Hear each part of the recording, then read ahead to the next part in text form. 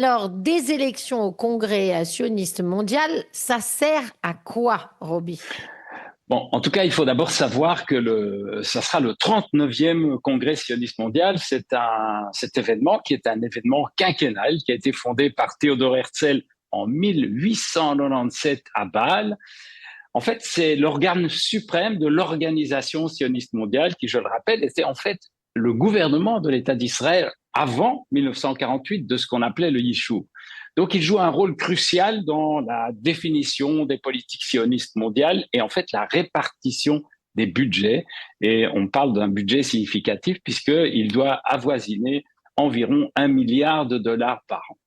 Alors, mais c'est quoi ce congrès? En fait, c'est une assemblée représentative des Juifs du monde entier qui sont chargés de prendre les décisions, en fait, sur des questions essentielles pour nous, pour les Juifs de diaspora, qui sont comme l'éducation juive, l'ALIA, la lutte contre l'antisémitisme, le développement des communautés juives, et ils supervisent aussi ces grandes institutions nationales qui sont le KKL, le Keren Hayesod et l'Agence juive. Mais alors, quels sont les enjeux? Alors, les enjeux, c'est évidemment extrêmement important puisque c'est l'utilisation des fonds, de ce fameux milliard de dollars, l'allocation des ressources, donc pour l'éducation juive, le soutien aux communautés quand elles peuvent être vulnérables, pas vulnérables en Europe. En fait, c'est vraiment les liens entre l'État d'Israël et la diaspora. Alors encore un petit détail, c'est qu'il y a en fait à ce congrès, il est composé de 525 délégués du monde entier, en moyenne plus ou moins le tiers d'Israël, le tiers des États-Unis et le tiers du monde entier. Et nous, la Belgique, la petite Belgique, nous sommes gratifiés de 5 mandats. Alors justement, ça paraît bizarre, Roby, mais vous allez nous expliquer. Quand on est juif de Belgique, on peut participer à ces élections de l'Organisation sioniste mondiale. Alors, non seulement on peut participer, puisque c'est les Juifs du monde entier qui participent, mais c'est pas les Juifs. En fait, pour pouvoir voter, il suffit, on ne parle pas de Juifs d'après ce qu'on appelle la halacha. En fait, pour pouvoir voter, il faut bénéficier de la loi du retour, ce qui n'est pas tout à fait la même chose. Donc, cette loi du retour, en détail, c'est avoir un des 4 grands-parents juifs. Voilà, il faut avoir 18 ans. Il faut signer ce programme de Jérusalem et je vous invite d'ailleurs tous à vous inscrire parce que c'est très important d'apporter notre voix. Alors, ne vous attendez pas à ce que moi, aujourd'hui, ce matin, j'ai une quelconque envie de venir avec des arguments politiques. C'est pas le cas. Moi, je viens en tant qu'ancien président de l'Organisation sioniste mondiale. Bien évidemment, nous avons tous notre couleur parce que ce qu'il faut savoir, c'est que même si, par exemple, en Belgique, je dois dire, on a un pays magnifique, les communautés juives sont magnifiques, nous n'avons jamais eu au sein de l'Organisation sioniste mondiale des problèmes, des différends réellement politiques. On a évidemment chacun nos opinions, mais nous avons toujours travaillé ensemble, nous avons toujours travaillé autour de ce fameux dénominateur commun qui nous unit, que ce soit l'éducation, la sécurité, le combat de l'antisémitisme, tout ça, ce sont des valeurs qui nous unissent. Mais ne vous méprenez pas, le Congrès sioniste mondial est politique. Donc chaque liste représentée en Belgique ou ailleurs est liée à un courant politique là-bas. Donc la voix que vous allez apporter, ces élections, c'est politique. Il ne faut pas oublier, on est politique puisque ça va être la politique de l'allocation des budgets en fonction des diverses tendances eh bien, du mouvement sioniste, tendance philosophique et politique du mouvement sioniste. Donc là, il s'agit d'un élément politique. Mais pourquoi c'est important? Parce que nous pouvons et nous devons participer aujourd'hui. Surtout depuis le 7 octobre, il y a les communautés juives ont subi un terrible choc partout dans le monde. Donc notre lien envers l'État d'Israël aujourd'hui peut être matérialisé par ces élections. Donc j'engage tout le monde à s'inscrire. C'est très facile, il faut aller sur le site de l'organisation sioniste. Et je rappelle quand même une petite chose, nous sommes en fait liés au RGPD, c'est-à-dire c'est le règlement général sur la protection des données. Il n'y a aucune crainte à déposer son nom sur cette liste avec son adresse mail. Ce fichier est totalement confidentiel. Il n'y aura aucune possibilité d'utiliser ce fichier pour autre chose.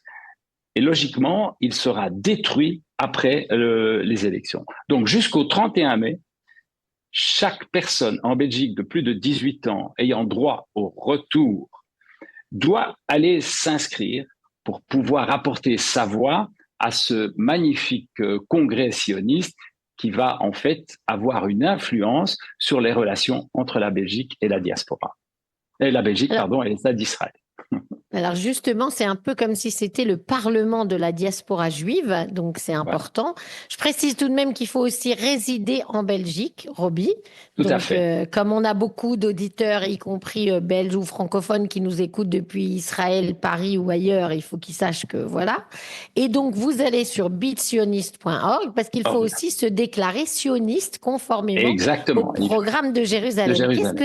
Qu'est-ce que ça veut dire se En déclarer fait, sioniste, Roby? le programme de Jérusalem, c'est simplement affirmer que nous sommes sionistes, que nous sommes pour cette idée du sionisme, et on signe simplement. Alors, il faut quand même aussi vous dire que en Belgique, en ce moment, je vous ai expliqué qu'il y a 5 mandats. Jusqu'à présent, les 5 tendances qui étaient propriétaires en fait de ce mandat se sont toujours entendues et ont réalisé en fait tout ce qu'elles ont fait ensemble et en bonne entente. Mais maintenant, nous avons éventuellement une 6e liste qui est, je vais dire, en ballottage, et je vais vous donner en fait les noms des 5 listes qui se représentent à vos suffrages.